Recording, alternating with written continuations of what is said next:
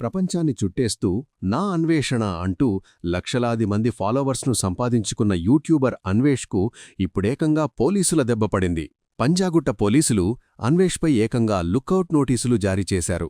ఏ క్షణమైనా అరెస్టు తప్పదా అన్న టెన్షన్ మొదలైంది.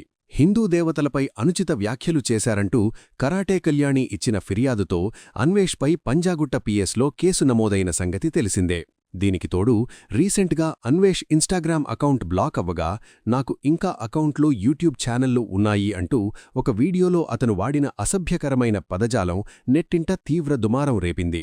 దీంతో పోలీసులు సీరియస్ యాక్షన్లోకి దిగారు. అన్వేష్కు సంబంధించిన మిగతా ఇన్స్టాగ్రామ్ అకౌంట్లను, యూట్యూబ్ ఛానళ్లను కూడా వెంటనే మూసివేయాలని ఆయా సంస్థలకు లేఖలు రాస్తున్నారు. అంటే నా అన్వేషణ ఛానల్స్ ఇక శాశ్వతంగా కనుమరుగయ్యే ఛాన్స్ కనిపిస్తోంది. మరి పోలీసుల యాక్షన్పై మీ అభిప్రాయమేంటి?